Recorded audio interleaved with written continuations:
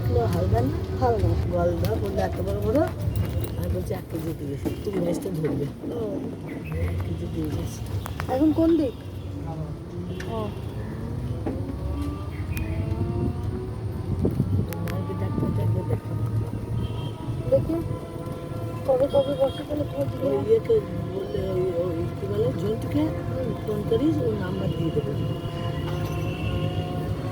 ওই যে ওই রাধাপালক চলে যাচ্ছে তো,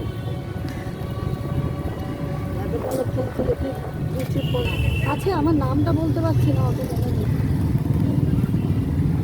এই দোকান থেকে নিয়ে যাবে আইসক্রিম। কি আইসক্রিম আর কেকের পরের দোকান নিয়েছি। এমনি শুয়ে দাও, ঝাঁকুনি তো পড়ে যাবে, একটু শুয়ে দাও।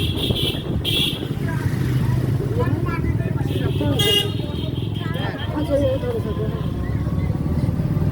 ইয়ে, আমি শুধু ঘর বার করছি, ছেলেটা এখন আসছে না দেখি।